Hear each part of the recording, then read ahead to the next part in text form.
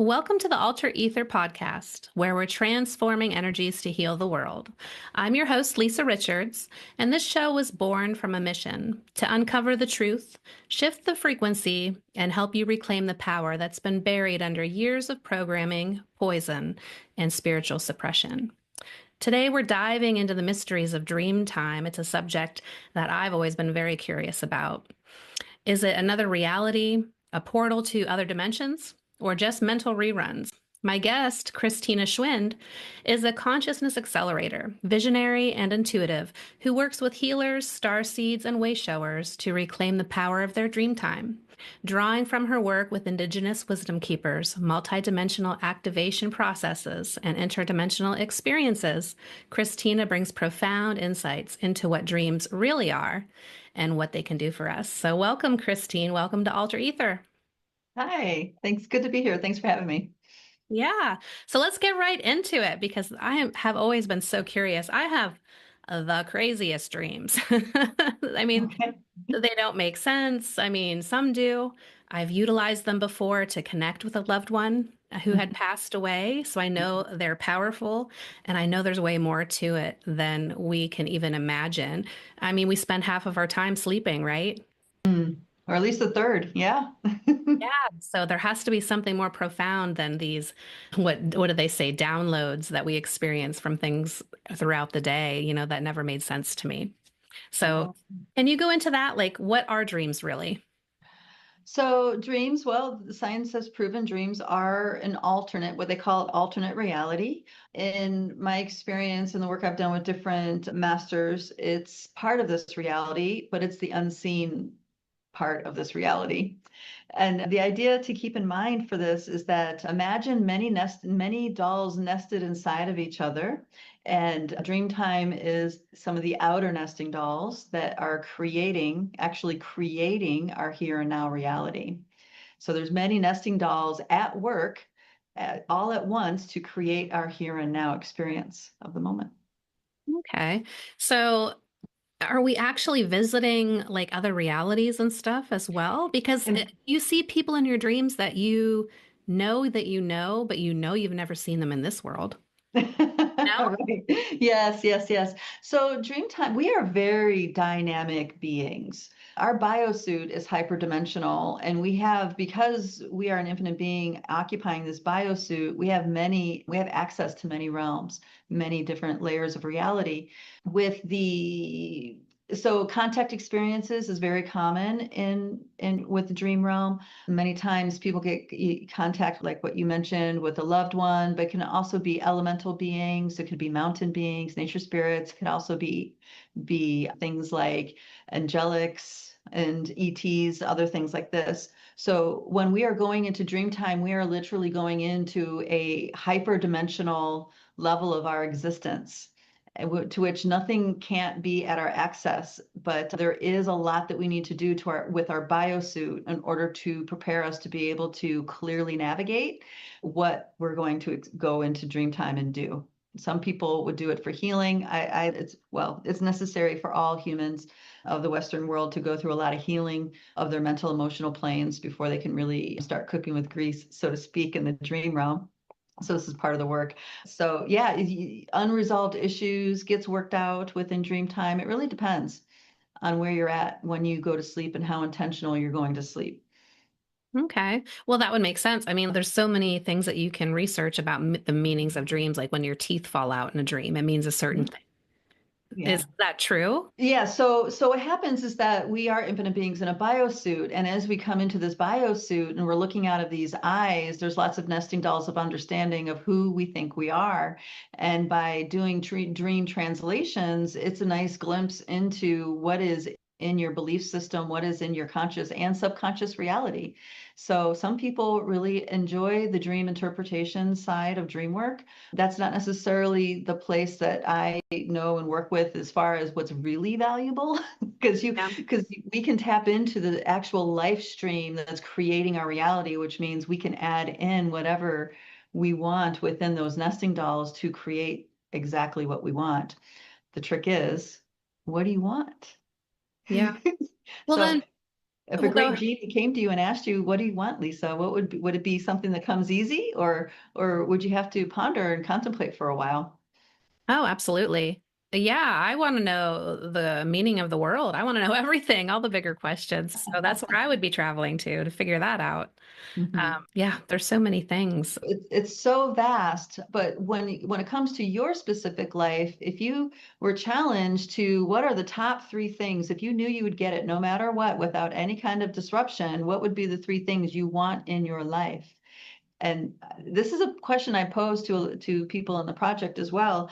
And it meets a little bit of confusion because there's the programming of who we think we are versus who we actually are. And that's the well that from which we know what we want. That's where it comes from, like deep well of self, versus we're programmed to think certain things are valuable.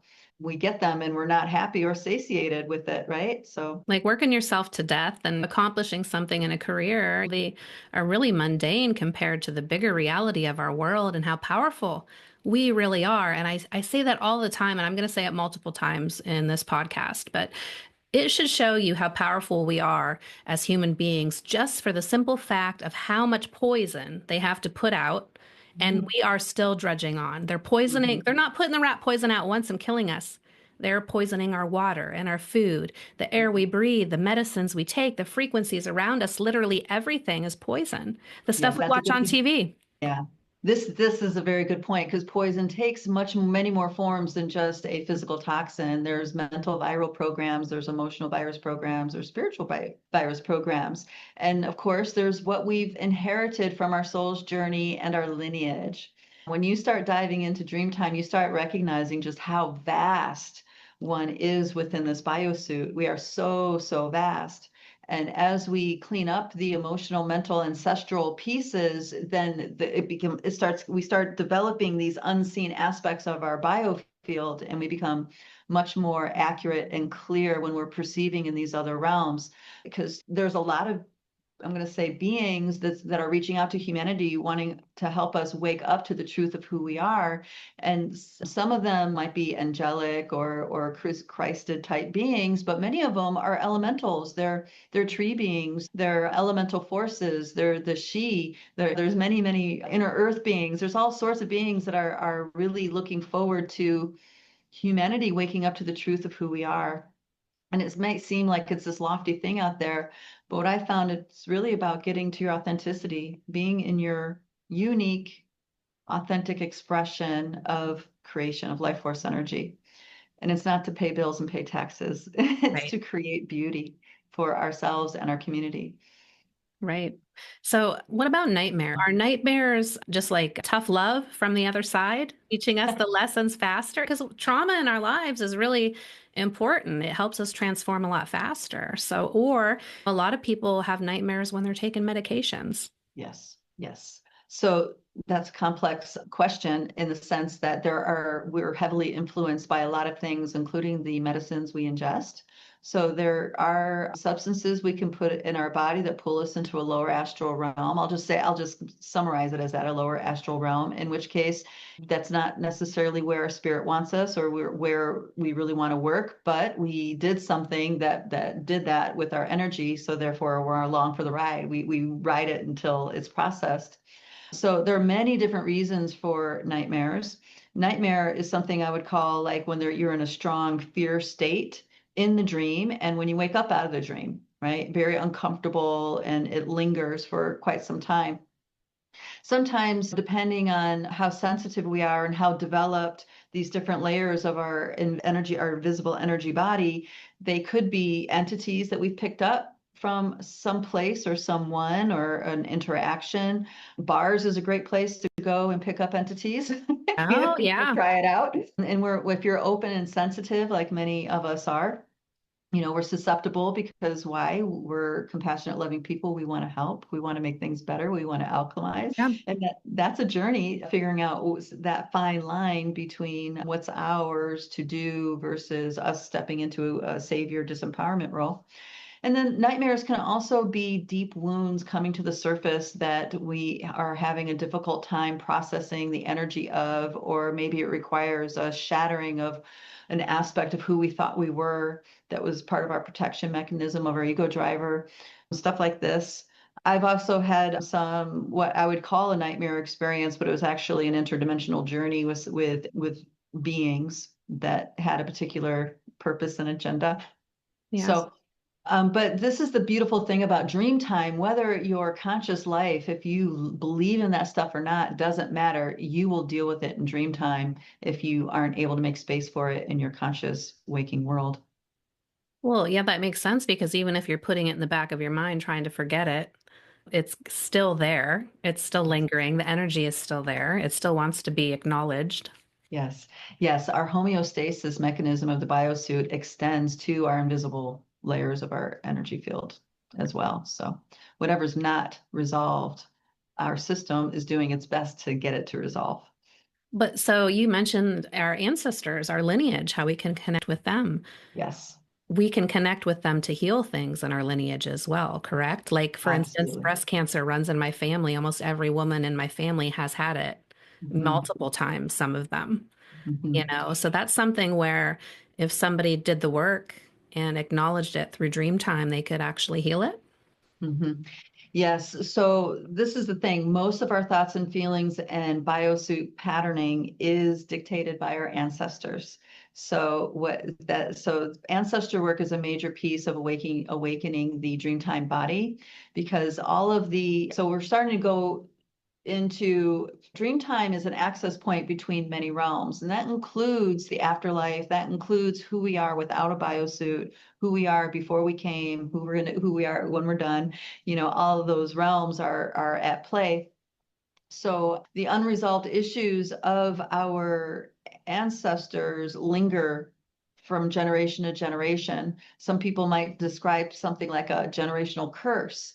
And it could be because all of the women or all of the men or every other generation or whatever experience a very specific heartbreaking event or soul shaking event or series of events, patterns of living. Breast cancer is an excellent example because it's not about the physical cancer. That cancer developed in these unseen realms first. Right. It existed out here first. So it's a matter of addressing those spiritual, mental, emotional disturbances that cause that to arise out of our homeostasis system. Breast cancer, for example, oftentimes, not always, but often is something inside of us that compels us to give life force energy and deeply nurture stuff that's not true to us. It's The not actually. motherly energy, right?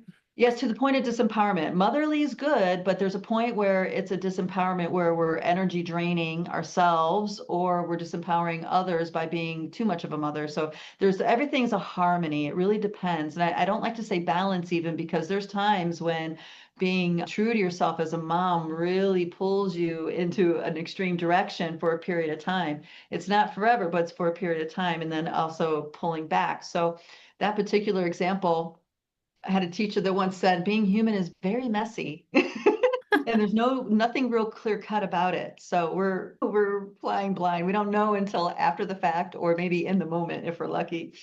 Right. And we always love learning the lessons and trying to share them with other people so they don't have to learn it the tough way. But it doesn't matter. I mean, I love sharing this information, but people still have to learn the hard way, right? I mean, that's the Mhm. only time they really listen.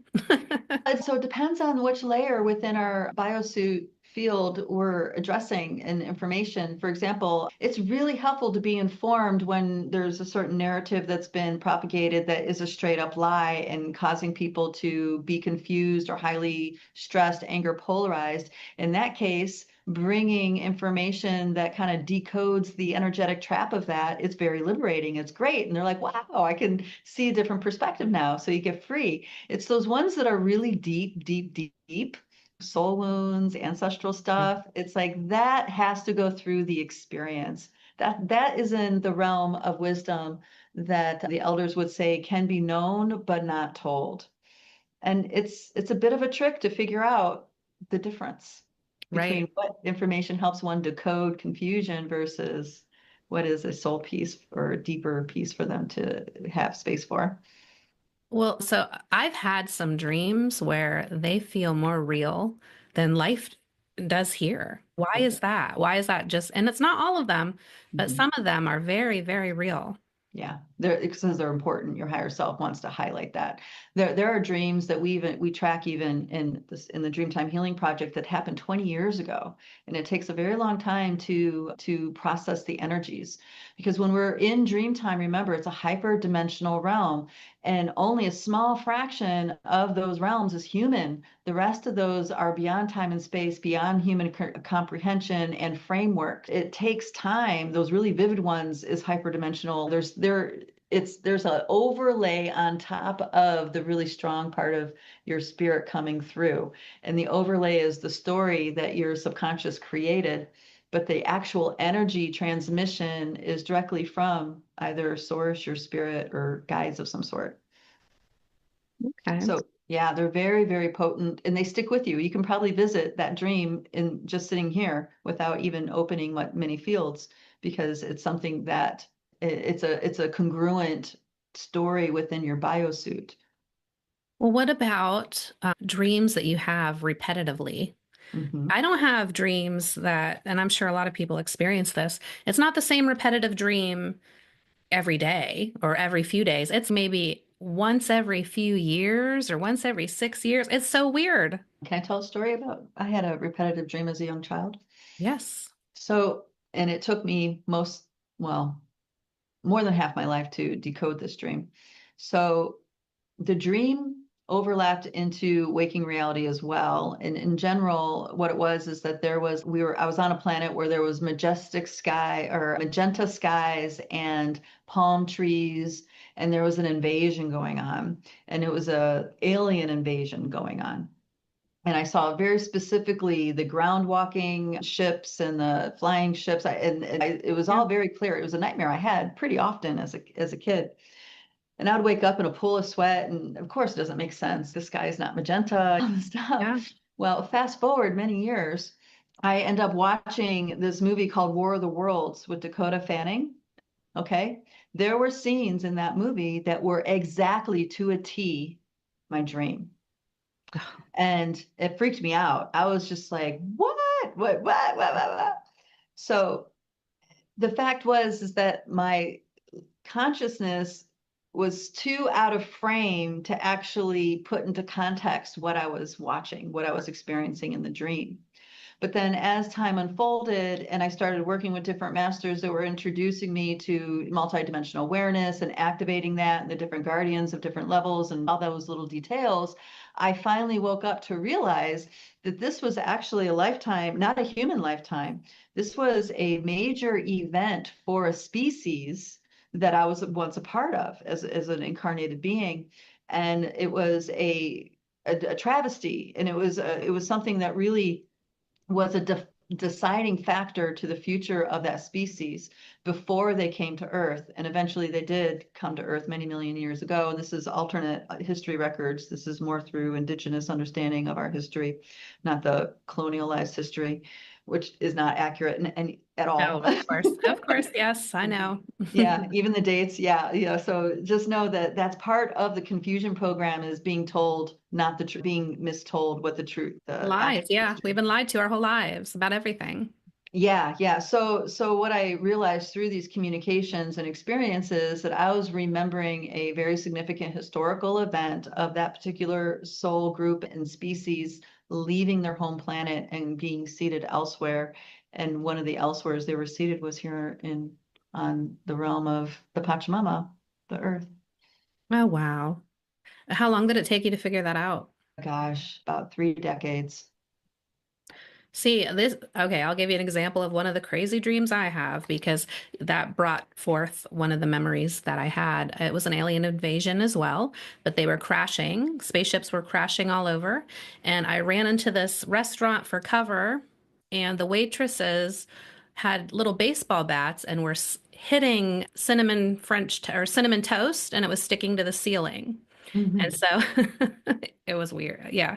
And I was carrying an artificial Christmas tree with me for some reason in a box that was falling apart, and I had to get on this train. So I left my tree at the restaurant and then ended up getting captured by some aliens down the road. But I mean, I don't have crazy dreams like that all the time. Sometimes I have very real ones, like for instance, my uncle who committed suicide. In the home that I live in here, I always wanted to connect with him to see if there were any other negative things that have happened in the house before so I could cleanse it properly. And for 3 nights in a row, I would ask my uncle to come to me in my dream because I had a question for him. And the third night, I fell asleep, woke up. It was as real as you and I talking. I walked out into my living room in my dream. He was sitting on my couch with his arms on the back of the couch. And I was like, Uncle Rick, and asked him the question. And, he answered it right away with a name specifically that I had never heard before. That was one of his friends. And yeah, it was amazing. So I know that there's important aspects of it, but I'm like, is somebody messing with my channel or something sometimes? I don't know. Yes, this is a great example of intentionally using Dreamtime. So great about ancestors and working with them is that they can compensate for the aspects of the different layerings within the invisible parts of our biosuit that are not quite ready that aren't fully online, activated, integrated. So you're talking about the poisonings earlier. There's a lot of mind poisons, spiritual poisonings that subconsciously are in a lineage that have shut down on many levels and over many generations. So it's work to reconstruct those layers of ourselves and make them strong again and reintegrate them into the biosuit. Because once it becomes reintegrated, we can touch a lot more things with our liminal awareness. When energy is not integrated, then it stays in that elusiveness where you can't explain it and you're just It's always spinning, it's spinning, it's spinning. That's what exactly. I'm It's putting. like, Yeah. yeah, like on your computer, the endless spin. But here's the key though, to help you and anybody else that might be interested is don't try to understand dreams with the mind.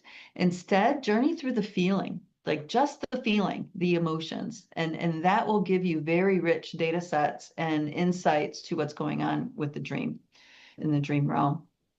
Every dream, and I know a lot of people don't think that every dream is important, but every dream has the opportunity to touch that space that's beyond the human experience. I call it the rabbit hole of the dream.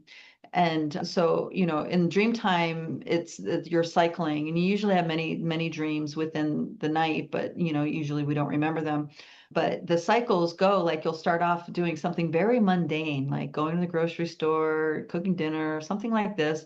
But then something weird will happen. That's the second stage of the dream. Like, I don't know, a purple eagle jumps out of the soup and Yeah. starts singing Hare Krishna or something, right? And then that is your subconscious filling something in that your mind can't deal with, right? Or be properly framed up to. So right after that event, that really throws you for a loop, like what? And that's usually the part that gets all the attention in the dream. But right after that event is the rabbit hole to go down intuitively and with your emotional field to get to what's happening beyond the human experience. That's your spirit directly looking at you. Oh, yeah. Okay. Oh, wow. So what happens if you learn to become lucid in the dream then? I've heard there's Oh, different techniques where you can mhm. literally train yourself to wake up in your dream. Yes. So I have another story for this. I just came from the Psy Games, which is first of its kind. This is a conference where scientists and experiencers get together and share their extrasensory abilities.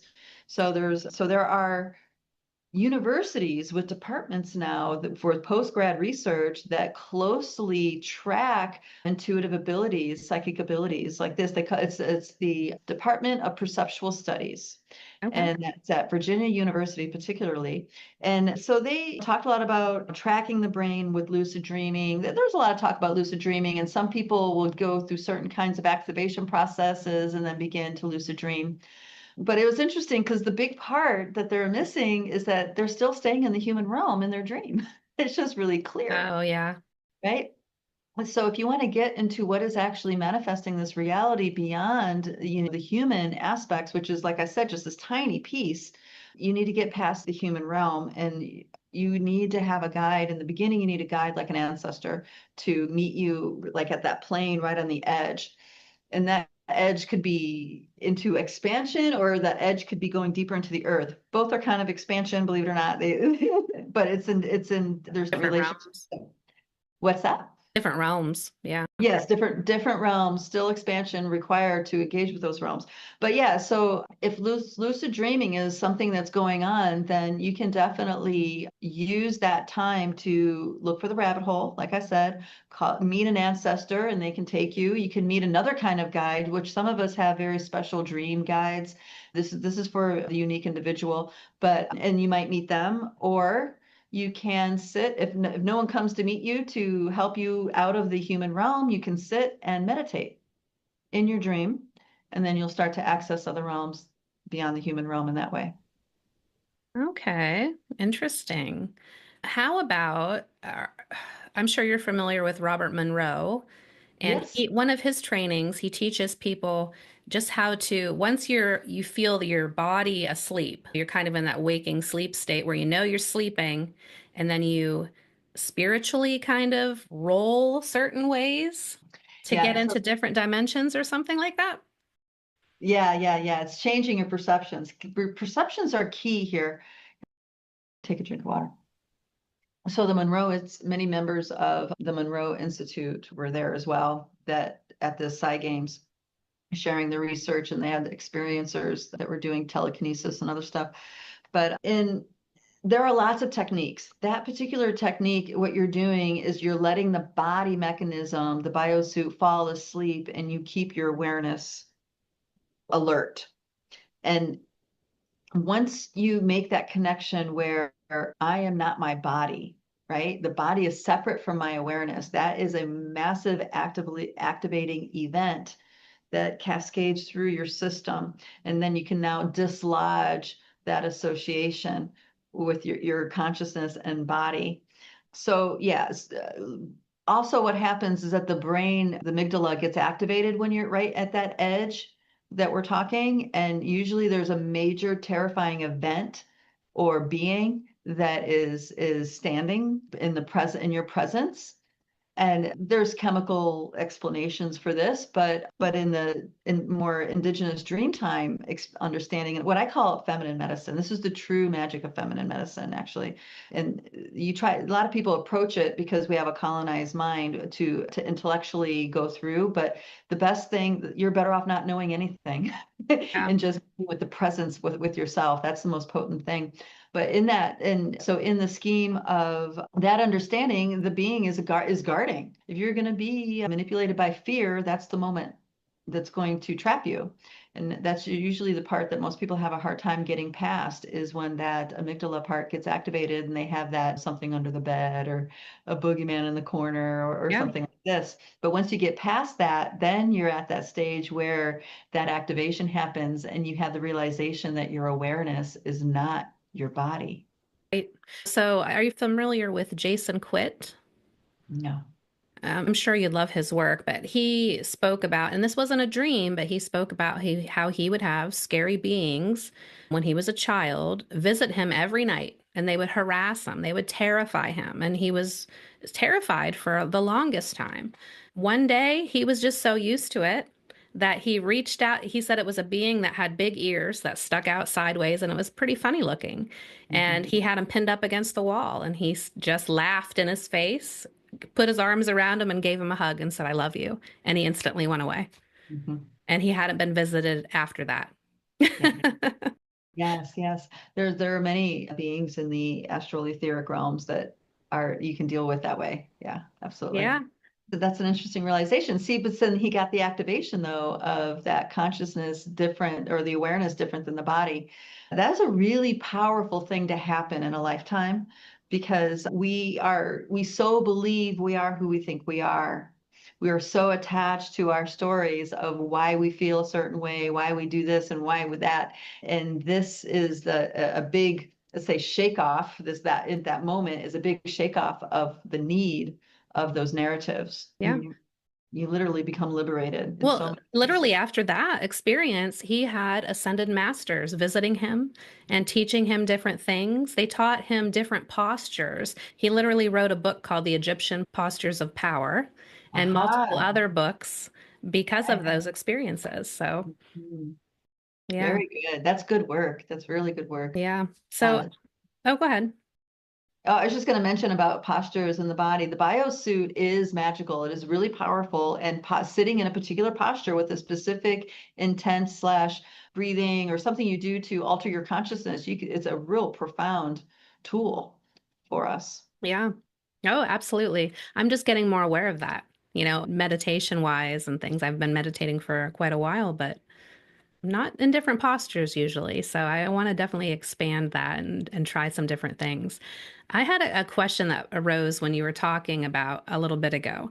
I wanted to see your opinion on this because I remember reading a story once where a girl was murdered and her body, her organs were donated to another young girl. And that young girl started having nightmares and literally helped the authorities catch the guy who murdered the first girl whose organs she received. Is that like something that was just impressed on her organs? Like, or was that her literal memory? I don't know. Okay. Okay. Yes, I know the story that you're talking about. I've heard Yeah. it a few times. Yes, so this tells us just how programmed our biosuit is. Yes. Our tissues, everything is programmed. This is why ancestor work is monumental in liberating yourself. Yeah, it's in the tissues. Your tissues are held together by fascia. Fascia are these microtubules of water. Water holds memory. So all of the memories of the shock traumas and everything else that it was experienced in the biosuit, plus programmed by the parents, is in the tissues. So you're going to disconnect tissues from one biosuit, put them in another biosuit. They still have the patterning of that other biosuit. And so when that other being consciously illuminates the biosuit, it's going to have those records, those memories because of the fascia and the water. So do you think it's a good thing to donate organs, or do you think that's something that has to remain with us? Because I feel it's part of us and we don't truly fully die and go to the where we're supposed to be if parts of us are left behind. I don't know. Yes, dismemberment is because that's a way of, I would say, arresting the expansion of consciousness for quite some time. There are hundreds of, they call them cephalophiles. They're saints that have been beheaded or mutilated in some way by different, Yeah. well, usually the church, but there are other Yeah. kinds of things too would happen. And yes, so dismemberment is a way to cut off people's energetic blueprints and certain. See, this is where you started getting in between life and the realm after. And there are things that can be done, absolutely, like death rights. This is something that I encourage everybody to look into having for themselves. And I don't mean the death rights like what the Catholic Church would do, because that's the death rights I've been exposed to, where they do the Southern Cross over the energy centers. It's like there's a process to actually unravel all of the unresolved emotional, spiritual, mental issues that the ancestor had so they can move on with a clean slate and all the descendants get liberated from having to live out that pattern. So this is a gateway between realms, which is really, really potent. So to answer the question, I think everybody needs to decide for themselves. For me personally, I don't donate. I know that it saves lives on some levels, and there's this sort of thing. But for me, it just doesn't feel appropriate. Right. That's how I feel as well. And I really just came to that conclusion over the past few years. I don't even think blood should be donated. I Mhm. mean, it's the same thing. Our energy is ingrained in that. And as a medium, I know how powerful it is to even have something that a material item like a ring or something from a person, their energy is on that as well, when they pass away, and you can use that to connect with them in spirit a lot Mhm. faster. Yeah, so you're talking about, and I'm just going to say this in a different way, frame it up a little bit. You're talking about the energy signature of things that are 3D, because we think 3D is just 3D. It's not. That item, even say a ring, for example, exists in many dimensions. There's cells and molecules that came together to create that precious metal that has a consciousness, that has a connection to the deep cellular memories and records that can be read. And then there's an energy signature of that. So it just imagine it getting layered on, layered on, layered on. And then this ring, you might only look like it's maybe an inch, Right. but energetically, it could be really big and have lots of records on it. Right.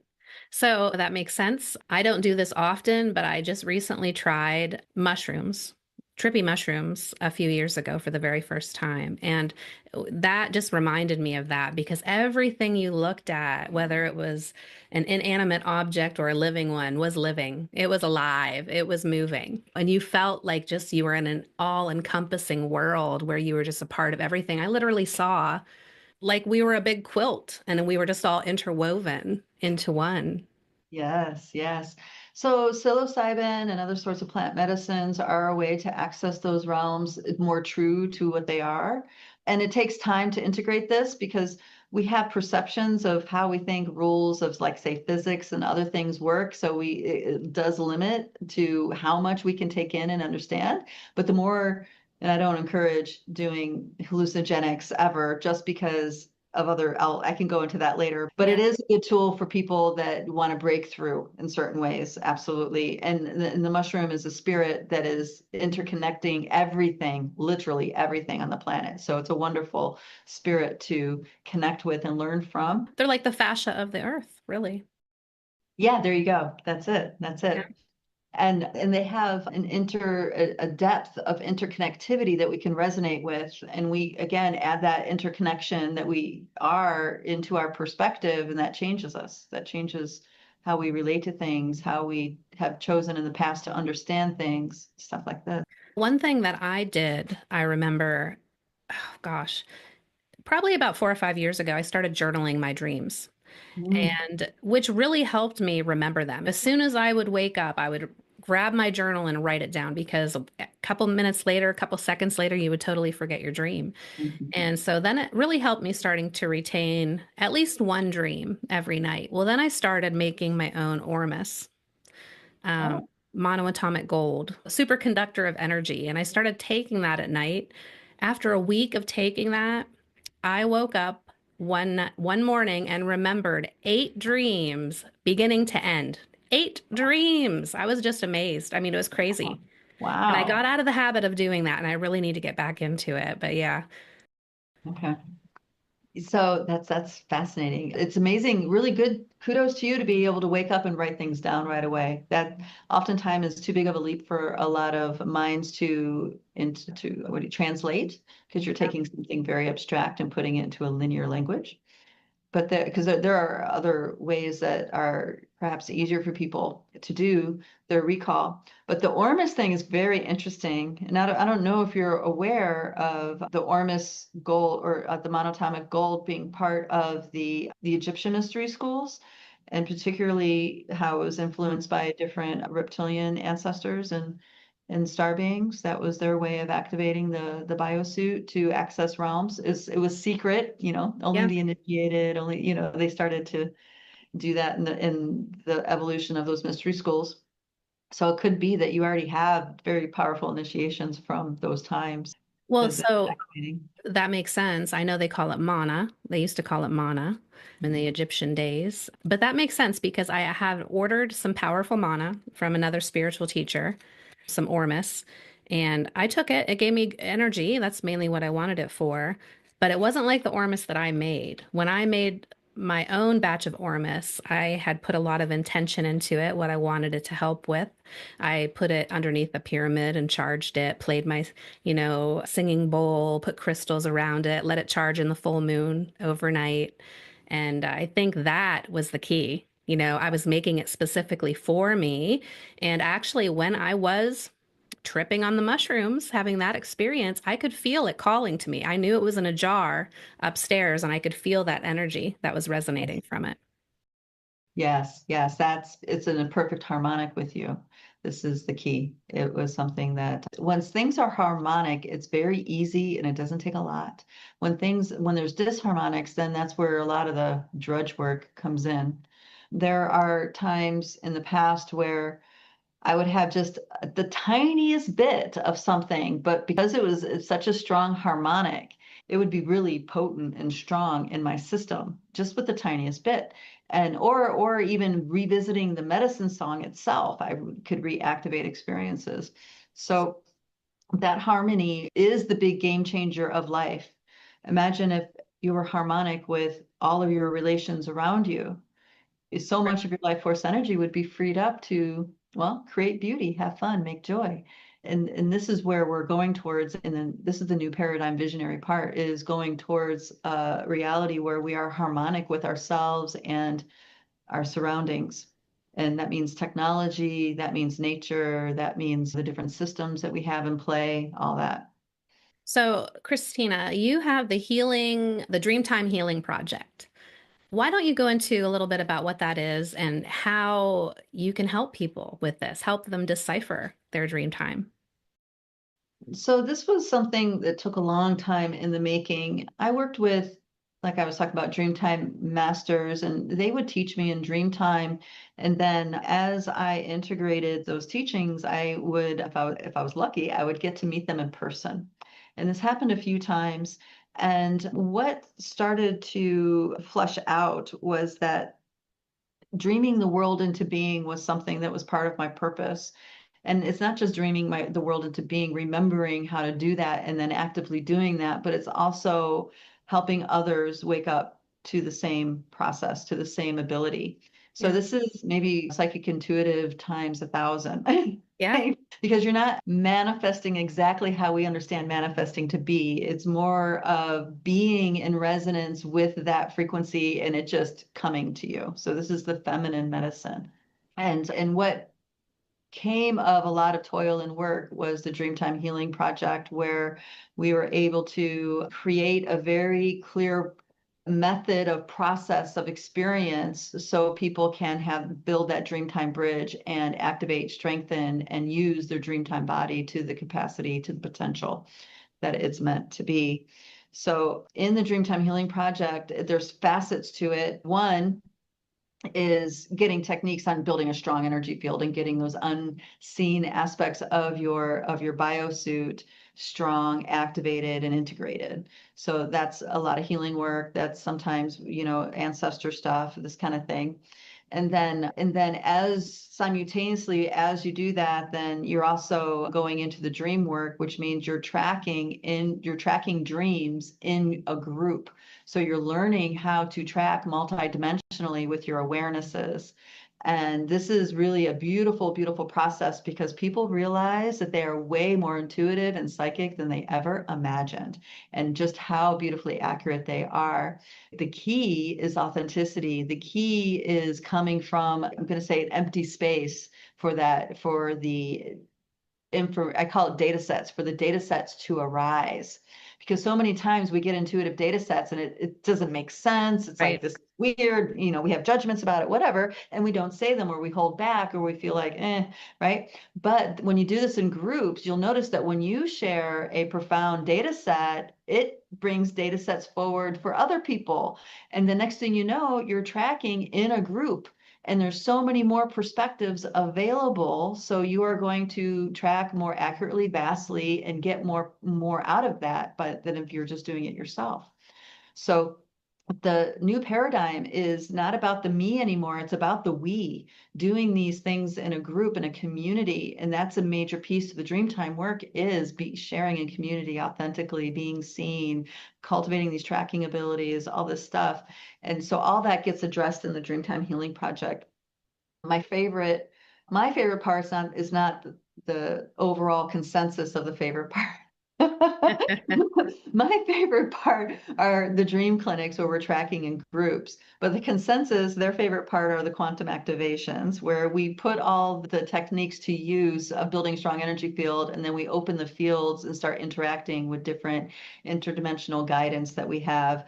And very often lately, there's a race of beings that are dream masters. They're amphibian in nature, and actually we have indigenous lore about them and what they look like. Even a movie made of them, which is totally distorted and not true. But once they start coming into the field, that when we're tracking, it's like miracle. Get ready for a miracle because we're about to watch something amazing go down. And that's why I get excited about the Dreamtime healing clinics, because it's like that's where the rubber meets the road. This is how you embrace that capacity of dreaming the world into being. Just we need help because we have our wounds, we have our attachments, we have our programming, and it takes some work to let those things go. And if you're curious about what those beings are, I can go more into that because it feels like they're totally ready for me to talk about it if that's of Yes, interest. of course. I just wanted to touch real quick. It reminds me of when I started mediumship. I didn't trust myself fully. I knew that it was real because I had experienced it from someone else. But my first reading, it was somebody sent me a picture of their grandfather. And I heard the first thing I did, I saw a black lab. I heard the name teddy bear and I smelled Vicks vapor rub. And I was, oh my gosh, this is so stupid. I don't want to tell her what I'm experiencing because it doesn't make sense to me. Right. Mhm. But as soon as I told her, she was like, oh my God, I had a black lab who passed away. He sat on my lap all the time, so I called him my 100-pound teddy bear. And he had a lesion on his leg, and the vet told me to put Vicks vapor rub on it. And I was, no shit. It shocked me, but that was the moment that solidified it for me. And it wasn't the fact that I wanted to, well, I wanted to share this with the world. And it wasn't the fact that I could do it. It was the fact that you can do this. I wanted everybody to know that they could do it too. And it's so sad that a lot of people, even though you bring them that information, they want nothing to do with it. They don't Yeah. care. Yes. Yeah. Well, we all have our soul purposes, and for this awakening process that we're in, we concur about this. Maybe we call it different things, but this awakening process that we're in, not everybody is meant to be involved. We don't need everybody. It's really actually a small percentage. Right. Some people say a few billion or million. Some people might say 5%. My own guidance told me that of the souls that are incarnated here to wake up, only 20% of them are going to wake up. So that's how difficult it is to get through the illusion delusion of this life, Yeah. because we're born and given value systems that are not really true to our being. They're about how to get a good education, how to have status, how to have money, how to have stability, how to have a family, or all Yeah. these things.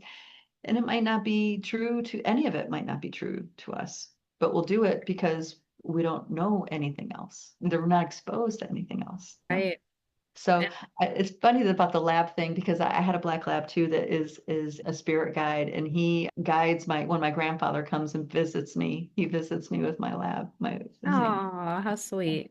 So animals do that. There's a lot. I've There's a always had a connection with animals, but I just want to tell this story real quick, and then I would love an introduction to the beings you were speaking of. I really want to connect with them as well. But this should tell you how powerful you are as well. And it's not a story I like to share. It actually scared me, but I used to raise rabbits when I was a young girl. And one day, my favorite rabbit escaped. And I spent hours trying to catch him. And right when I was about to catch him, my brother's cat jumped from behind the tree and killed him right in front of me. my And I goodness. was so distraught. And it was the nicest cat in the world. He was so sweet. We loved him to death. But at that moment, I had all the hate. I think I've never felt so much hate in my life for anything. I went upstairs to my bedroom and I had a big mirror sitting on the floor and it was covered in dust. Oops. It had a thin layer of dust over it.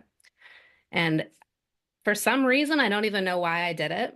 But with all that hate, as I was doing it, I drew a picture of the cat and I put a big X across him. And as soon as I put the X across him, I wished he was dead. I was envisioning him dead. The next day, my dad ran over that cat and killed him. Oh, Yeah. yeah, And that I is know hard. I mentioned this before to some people, and they're like, "Oh, you didn't do that." And I know I did it. I know I did it. It Yeah. just felt so real, but Yeah. So when we look at that from the human perspective, we could say, oh, Lisa, that was a terrible thing, but, right, or just deny the validity. But because we do know these other realms are very active in influencing the reality, it's very helpful to open up to another perspective. And that is that rabbit and that cat agreed to do a dance with you right, to show you something really powerful that was going to impact you for the rest of your life. And that's what we all do for each other. The animals are not as attached to their life form as humans are. With humans, we have a big funeral, and then there's lots of oh yeah, grieving. And I mean, not that I haven't lost people, I have, but our relationship to loss has been weaponized, so it's way more intense for humans than it is for animals. So for an animal to come and say, yeah, okay, I'll live for 18 months and get slaughtered at the end, they'll do that. And this entire reality, this is one of the things we recognize in Dreamtime, is that this entire reality is here to facilitate us in some way. right, And when we start taking things personally and taking things to heart, and that doesn't mean that being human isn't messy and painful, because it is, there's a lot of suffering out there. But, when we have this other perspective and it's a true perspective, it's just not something we tell ourselves to shut something down, but an actual truth that lives inside of us, it really helps us let go of these programs that keep us locked into thinking and feeling and relating to in certain ways.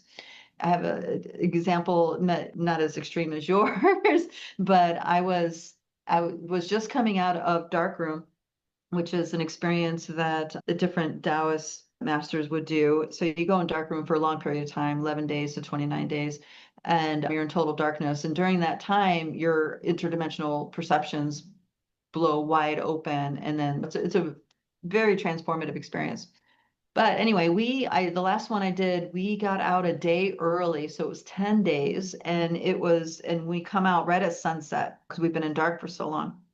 And I was just relaxing in this area in this, I guess you could call it a lounge. It was in Thailand. Everything's open air, very, very hot and sticky. I mean, triple digits and lots of humidity. I mean, and I'm watching this fan go by, and there was a moth in the fan just playing around. And in Dreamtime, it's kind of tripping, right? yeah. So I was watching this, and I was in many realms at once. So it was kind of tripping watching this happen. And then the moth zigged when it should have zagged, and it got whacked by the fan, and it was playing up there, and it got whacked, and then I saw the body just go and hit the floor, and I look up, and the moth is still playing in the fan. I was, oh, it took a second. I was, okay, I get that. Yeah. So the physical journey when it ends, it doesn't mean anything ends at all. It's just that physical part is no longer available for us to imbue with our essence anymore. That's funny you use that story. I just did an interview with my mentor who taught me mediumship, and she used that same analogy that she would teach her grandchildren, that we're all caterpillars. And even though grandpa passed away, he just transformed into that butterfly. You just have to look up to see him, you know? Mhm, mhm. Yeah, yeah. And there's a real strong tie between dream time and the afterlife and the transitions between. So they do end up coming hand in hand once you start diving into it, and seeing these alternate, or I'm going to say those invisible nesting dolls and how they play together. So they do overlap, and it's powerful to work with both. It's very liberating personally, but also for your children and grandchildren, and of course, even your ancestors, they all get liberated too. Reality is not what we think it is. This is what one of Oh my yeah. teachers would say to me all the time. Reality, and she would say it over and over and over again. Reality is not what we think it is. And I would be like, oh yeah, yeah, yeah. And I would have the little lesson that maybe took my vision from here to here. And I'm thinking, oh yeah, I got it now. But no, Not at all. so much more. And it keeps showing me over and over again. It's a rabbit hole. It goes deeper and deeper.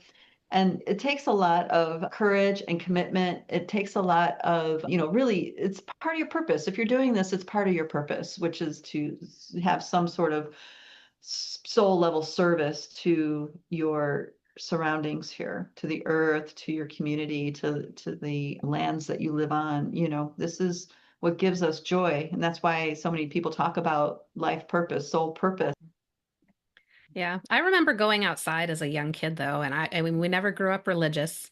I've always had an open mind, but I just remember looking outside and looking up at the sky and saying, this place is so fucking weird. Like, I would Mhm. say that to myself all the time. I still feel like it. It is so weird. Yeah, I remember having thoughts like that as a child too, something similar. And then there was another time when I just had this major lucid moment and I just realized how messed up I was, like as far as the programming and all the layering. I was just like, oh my gosh, am I too messed up to fix? It's really, that was Yeah. the feeling. And then, of course, that moment of lucidity goes, and then we dive back into the everyday part. Well, one of the most powerful healings I ever experienced, they took me to a couple past lives, and those past lives felt so much more real than this life does. Mhm. It still freaks me out. I mean, they just felt so real. And Yeah. it was really cool, the healing that she did. She actually took you to a place where you were 100% happy and had you resonate with that feeling of happiness to remember what it felt like. And then she would take you back through your life and touch on all the traumas, and instantly your trauma would be healed. You retained the lesson, but you didn't feel like you were there experiencing the trauma from it. It was really cool.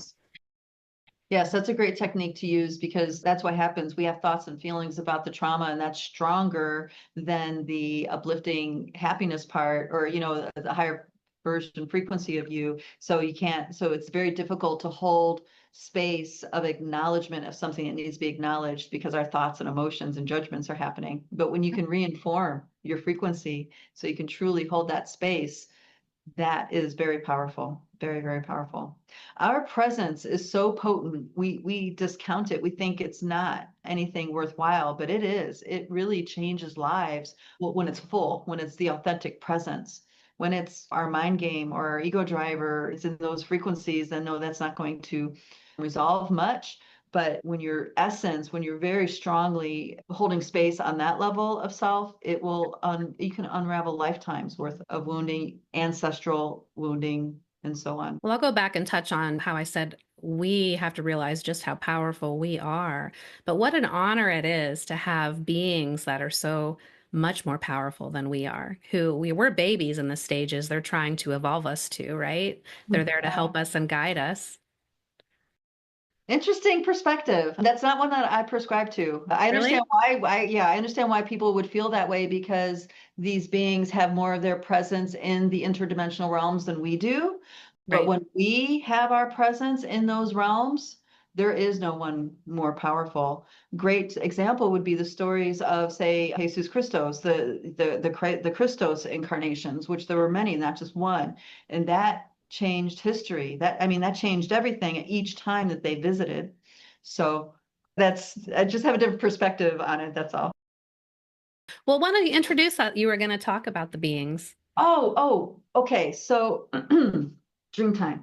So the more we work with Dreamtime, the more we start lifting the veils from the illusion that we think is the solid reality. I love it when people say, "How do you know it's real?" Yeah. And then I come back with, "Well, what is real? Yeah. What does that mean?" Some people think because you can knock on it, it's real. But then we have stories that profoundly influence a trajectory of one's life. Is that real? Are the thoughts you have on a daily basis that make decisions from, are those real? Are your emotions that you have on a daily basis, are those real? Right? So we have a lot of evidence in front of us that there's a lot more to this reality than we can knock your fingers on. So real is, most people don't even understand what they're asking. So getting to, there are beings that are very potent beings that we work with as we step out of the illusion delusion with Dreamtime. And there are, I'm going to call them a race of beings, though there aren't many that exist, but they do exist, and they are prolific in the sense that they can be in many places at one time because they're not confined to linear time and space in any way, shape, or form. And these are a race of amphibians. And these amphibians have existed here in this realm being the Pachamama, the realm of the mother. Yeah. I don't say planet and I don't say world, because that is also a perspective. In the dream work and the dream master work, this is a realm. It's not a planet, it's not a flat earth, it's not any of these things. It's a realm. It's a dream realm that is held by the earth herself. Okay, when you start weaving that understanding in there, you start to realize, okay, there isn't actually an argument between the flat earths and the round people. It's all the same realm. Yeah. It's just that they're looking at it in different perspectives and they're not able to marry the two. The trick to Dreamtime also is not the yeah and or yeah but, it's this but. No. It's always an and. It's this and that. And when you can hold those two things in your awareness, the jewels start to come forward that really free your perceptions in a lot of ways. Okay. So these beings, once you start freeing these perceptions, they start coming in to hold space for you. They start coming in to guide you in how to use your ability to dream the world into being. And there are two movies that I know of that depict these beings exactly as I see them. And one of them is, you're going to laugh, The Swamp Thing. Remember that black and white movie from the Yeah. 60s? Yeah, The Swamp Thing.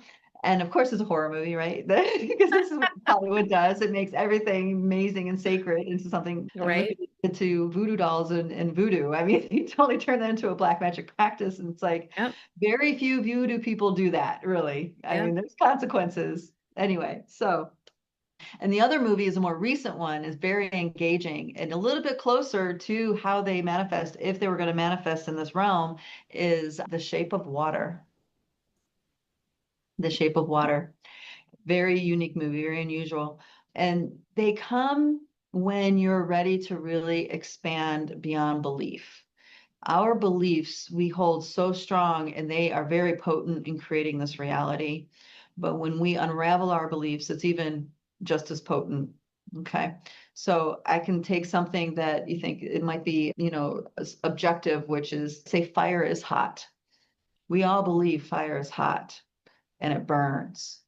So that's what is going to happen when we're in the presence of fire. That is what we are going to find right relationship to, how to be in right relationship with the power of fire. Okay, it's a transformative principle that we're looking at when we watch fire. So when you get a group of people together that are connecting with the fire, exchanging energies with the fire, and everybody agrees in that group that the fire is no longer burning, is no longer hot and destructive, the properties of that fire actually change. And you can put your hands in it. You can put things in that fire and it will not burn.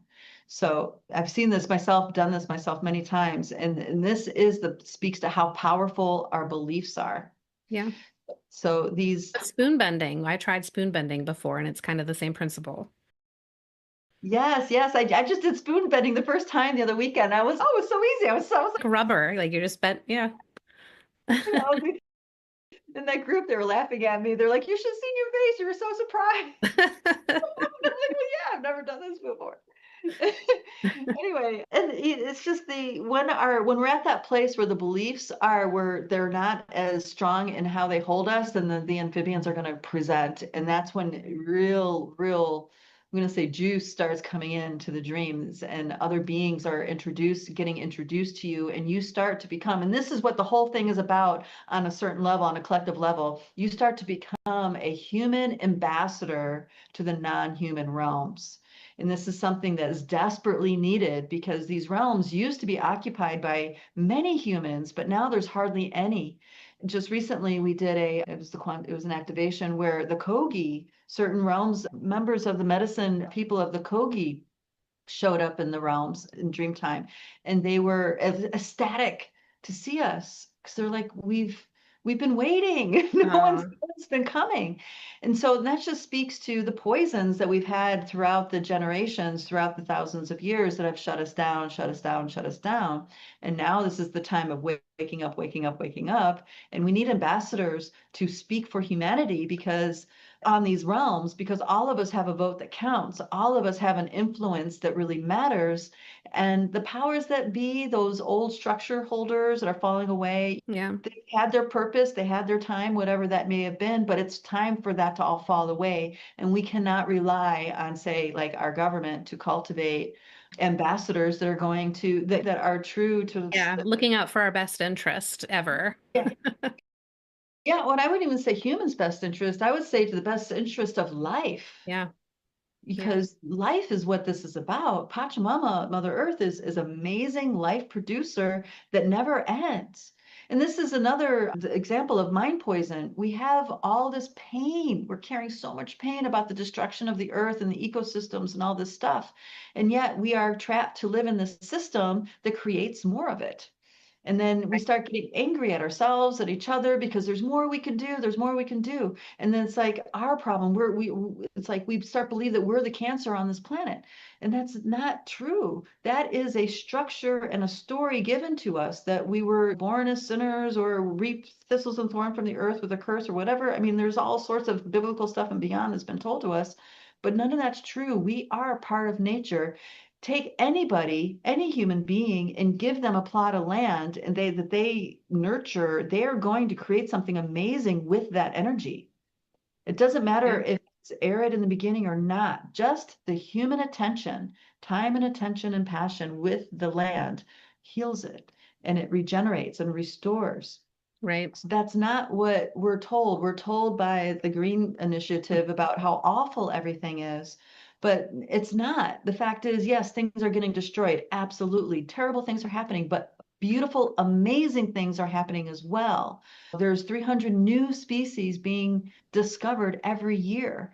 There's a species of mushroom that has outcropped out of the abyss that can eat radiation. Thank goodness, because we have Fukushima and lots Yeah. of other stuff, right? And then we have algae that have arose out of nowhere that eats microplastics.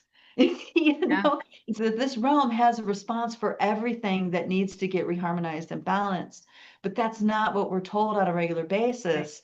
And but when we shed those stories and those agendas, we start to realize this is an amazing, amazing place that we are unlimitless in our power to influence how it unfolds. And that is the mission, dream the world into being. Absolutely. And I really feel that Mother Earth is helping us on this journey as well. I don't think these crop circles that keep popping up are created by other beings. I feel it's a message directly from the Mother Earth, trying Yeah. to wake us up that she's creating these. Bringing codements to reinform the water, to, Right. yes, reinform humanity. Yes, that's a really beautiful perspective. Well, I know you wanted to go into death rights. I know you touched on it a little bit, but did you want to go into it a little bit more depth, more A little bit in the deeper? context of ancestors, I think it's important because people usually, when they start looking into dream work, one of the first comments is, oh, I never remember my dreams, or I used to remember my dreams, but not anymore. And the fact is that it's not about you can't or cannot do it. It's understanding that frequencies, these nesting dolls of frequencies, heavily influence your conscious experience. So for example, if you tell yourself you can't remember your dreams, then you're reinforcing, right? But then the other thing is that we need to understand about these frequencies and our brain, and that this all these interactions, we can set up nesting dolls of interactions where we are heavily supported in connecting with the dream. And it doesn't need to be in the mental field. Most of us don't touch dreams in our mental field. Like what you were talking about, waking up and writing the story, that's you have a very skilled mental field to be able to do that. Most people don't have that, right? This translates into the reason why we're mixed match in all these frequencies is because what we've inherited. So we've had great gifts that we've inherited, but a lot of times they're buried underneath ancestral pain, wounding, belief systems, stuff like this.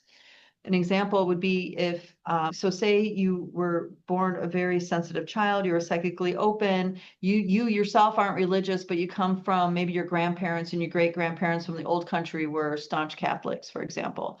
that programming, that energy is informing your biosuit. So as you gestate in the womb, it's all, you're being layered underneath all that stuff. And you oftentimes a sensitive born in a suit like that spends a lot of time resolving those belief systems. They have to do a deep dive into philosophy, or if they have to do something to decode these blinders. And all this could be easily taken care of with doing death rites for past beloveds. Now, if you can do it when the person is in the process of dying, it's very, very powerful and healing for everybody involved. Oftentimes, we don't necessarily have that opportunity. It's after the fact, which we can still do death rites after the fact. And what will happen is that those gifts that you've inherited from your ancestry get liberated from being buried underneath all those belief systems in different ways. Our consciousness has been programmed and steered, let's say, shut down. And it's profound. It doesn't need to be every member in your family, though. If you could do that, that would be amazing. Amazing gift to offer them. But key ones, key members of the family that you've inherited things from. I have an example for myself. I have a lot of Scottish heritage, Scottish in proper Scotland, but then also in Northern Ireland, what they call the Orange Irish. And there's a lot of upheaval and discontent and animosity between North and South Ireland to this day. It's really not a friendly border to go across. If your car rental is from Southern Ireland and you go into Northern Ireland, it'll get vandalized, and vice versa. Stuff like that. It's still to this day. So this animosity between brother and sister, between families, this fiery hostility and this fiery rebellion I've inherited from my Scottish heritage.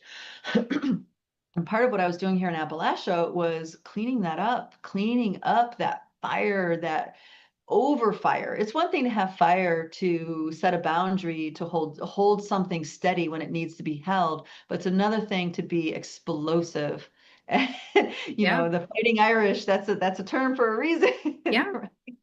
Right. Yes. So, and this was particularly with the rising of the masculine energy. So I was able to facilitate some releasing with death rites and this kind of thing. And it's like I felt a weight just lift off of me. And I didn't even realize it was there until it unwound. And then I woke up the next day and I was like, wow, this is what it feels like not to have that energy signature coursing through my body. And so this is how profound it can be. Well, that makes sense. We all have underlying issues with our frequencies that we need to address. And we don't understand it because we were never taught it. We don't really feel or acknowledge that it's there, because if we were born with it, we've lived with it for a long time and it's part of us now. I've learned that from when I got into Reiki healing or energy healing. People would fight those frequencies because it's been part of them for so long. They didn't want to release it.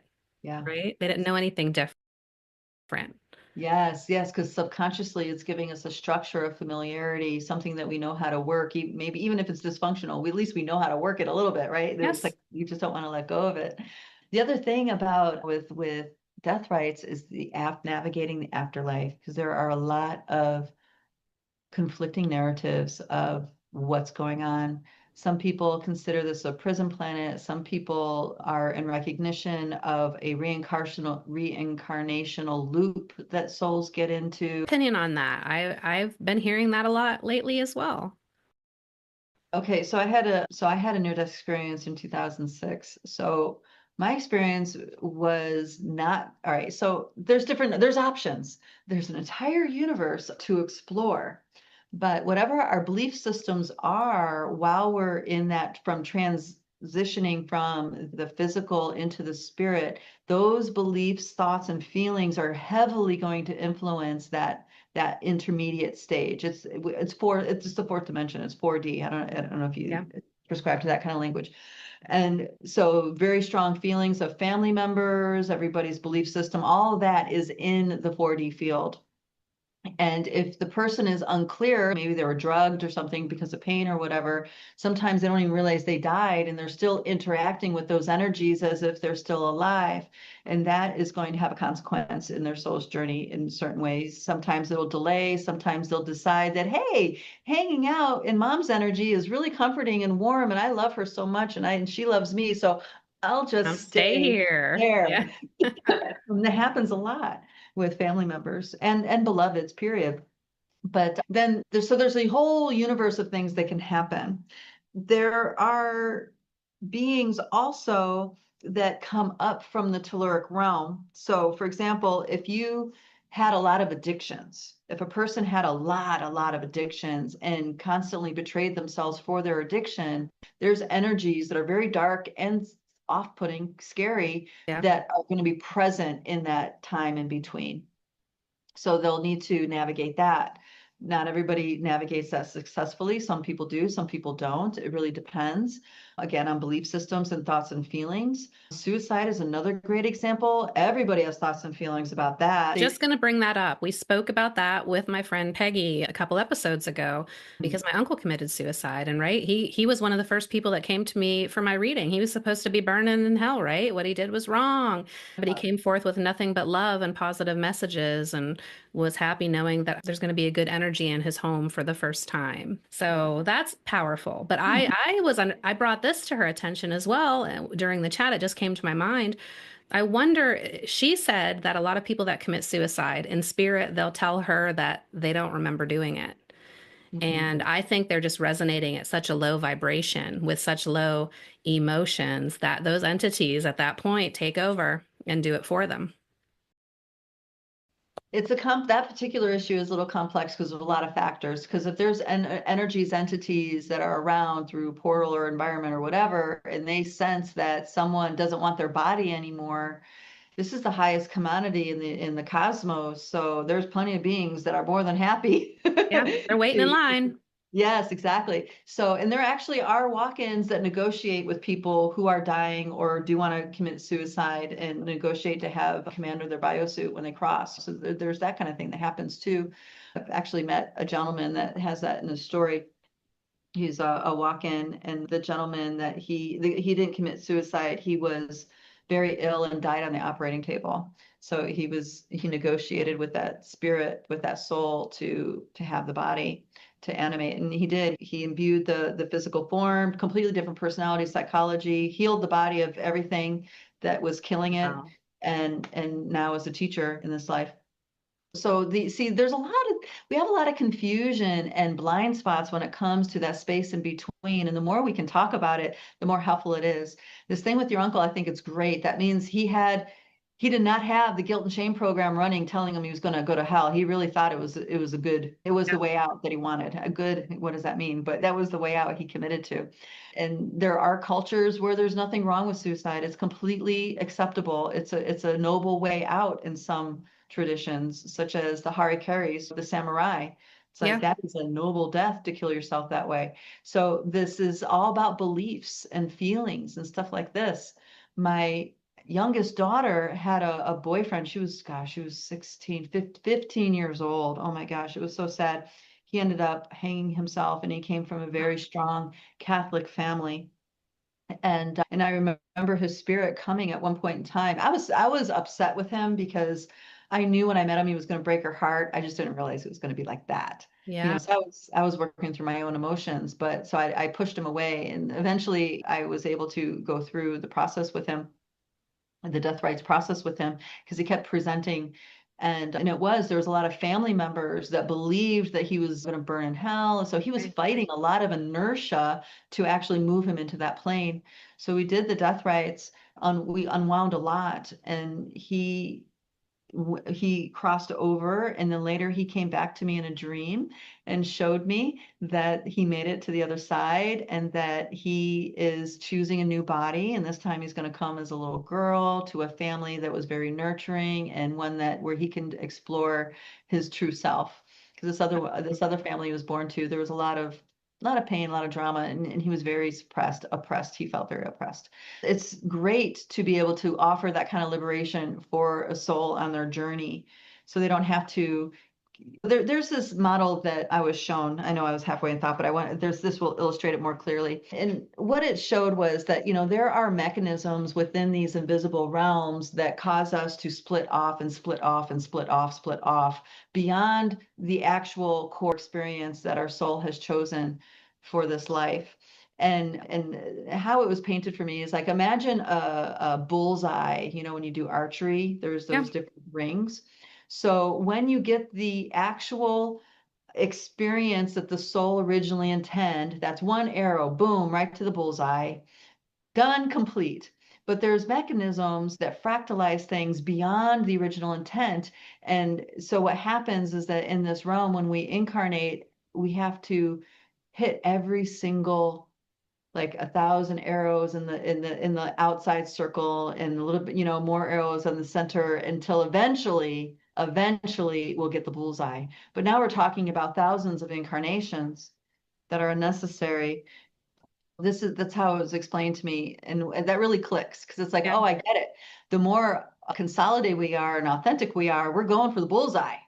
And it'll be just like second nature. I know I used to love playing darts, and it was always when you would follow through and just trust yourself, you'd push right in the center. Great spiritual lesson in darts. Yes, yes, it's everywhere. This has been so fascinating. I love talking to you, and I would love to have you on again. You touched on how you can help people with their death rights, your Dreamtime healing project, but let everybody know a little bit more about your work. What else do you do and how they can find you? Okay, thank you. I would love to come back. I love talking about these things, and like we were talking earlier, there's certain information that helps decode some perceptions that are stuck, because we just haven't heard of an alternative that resonates, So it's really great to talk about these things. So my work, I'm very multifaceted. Primarily with the Academy, it's about building a strong energy field, strong energy, Dreamtime body, and start cultivating those ambassadors so we can dream the world into being more potently and directly. That's the big. I do other things. There's already energy moving here by talking about these other things. So we clean up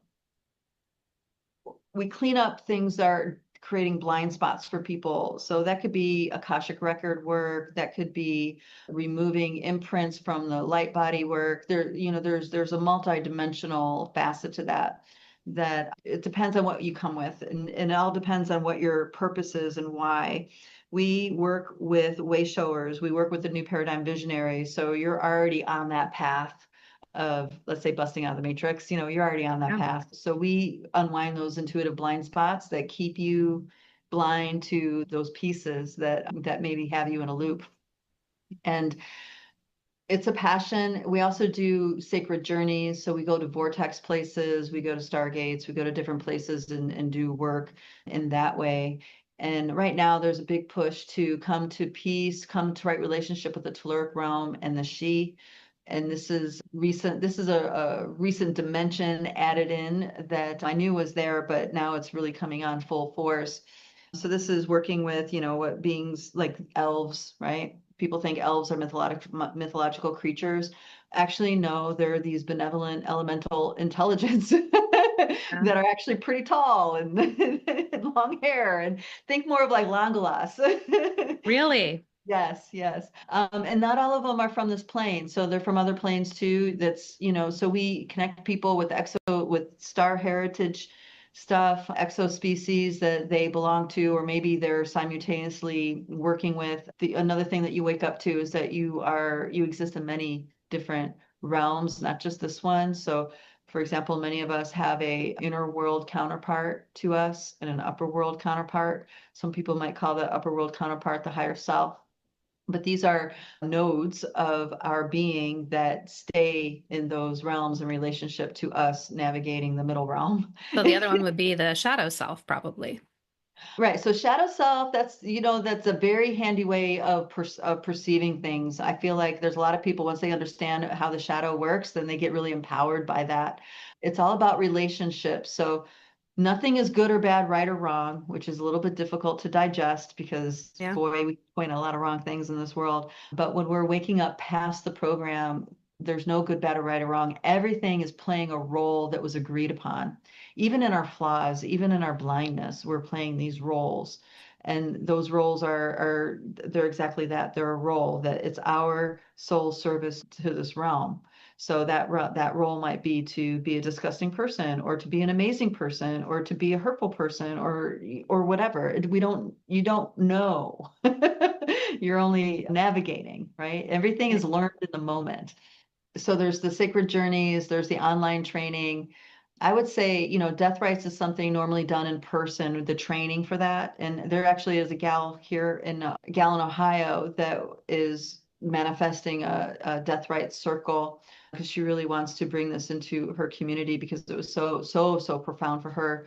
Her unraveling was for her mother that died many years before, and it shifted a lot of things in her world, made things a lot easier, a lot better for her in her world, and a lot of forgiveness. So there's healing in the heart. And just a little side thing on that, this work that we're doing is opening the heart space to be our authentic self. And when we're in our heart space, we're much better people. We make much better judgment calls, because it's no longer about ego driver, keeping things safe, staying in control. It's about the interconnectivity. So when you're with someone, you are not alone in that. It's like you're aware that there's two forces interacting, and the magic can happen in the interaction. So it really heals us in this way. I've been doing this a long time. It started off with energy medicine about 30 years ago, and it's evolved into something else. I don't even know what to call it anymore. Dreamtime is the best thing I have to describe it. But we have other facilitators that specialize in things.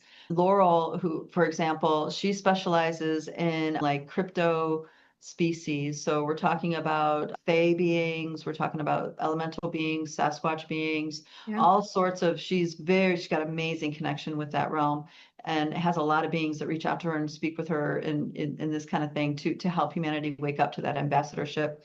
And then our dear sister Stacy specializes in the ancestor work. Actually, she's going to be doing something in September to help launch people into just the profound change that can happen with ancestral healing. And that's it's an online thing. And then we have an oracle named Ray Ellen. She's also from Ohio. She's such a special creature. She uses astrology, but she's actually like a galactic cosmic oracle. Once you sit down with her, it starts off like an astrological conversation, but it turns into direct downloads from these other aspects of self. So the vision is, it's all encompassing. It's about your authentic nature when it comes down to it. If anybody is interested in these things I've talked about, we have a lot of free stuff that people can do, and that you can find that at lightbodyacademy.com. Yeah. And there's all your links will be in the description below for everyone as well. Wonderful. Yeah, I guess I'm not really sure what else to say on that. Before we close, I have one more question. So I want to leave our audience with this. If our dreams can shape who we are when we're awake, what else are they capable of changing? Everything. Everything.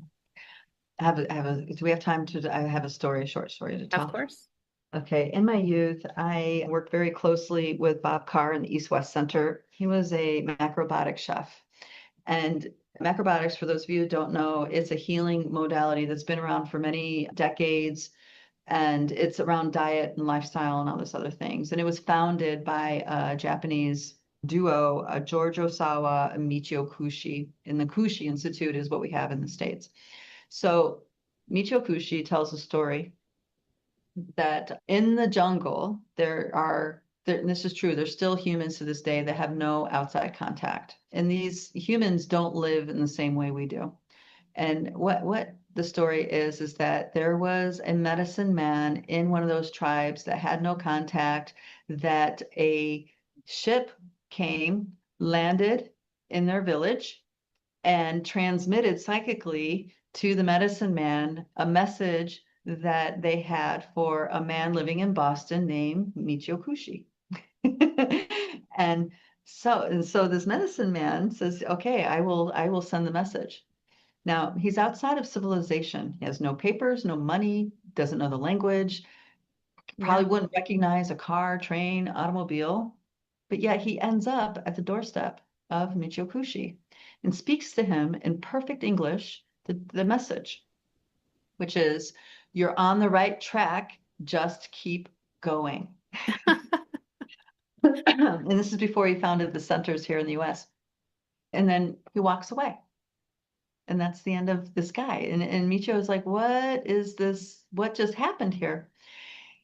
But because I'm aware of this dream time and malleability of this reality, because this reality is extremely malleable, as you've shown with that cat story, it's very malleable. We just, don't really focus our energies very well usually. That we can pretty much move through the world like that medicine man moved. He didn't need to play by any rule or get permission in any way. He just did it. Right. That's the power of dream time. That's the power of dream time.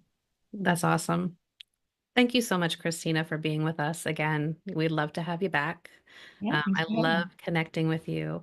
And guys, we can't wait for the world to wake up. As always, we amplify, we alchemize, and we alter ether. Mm.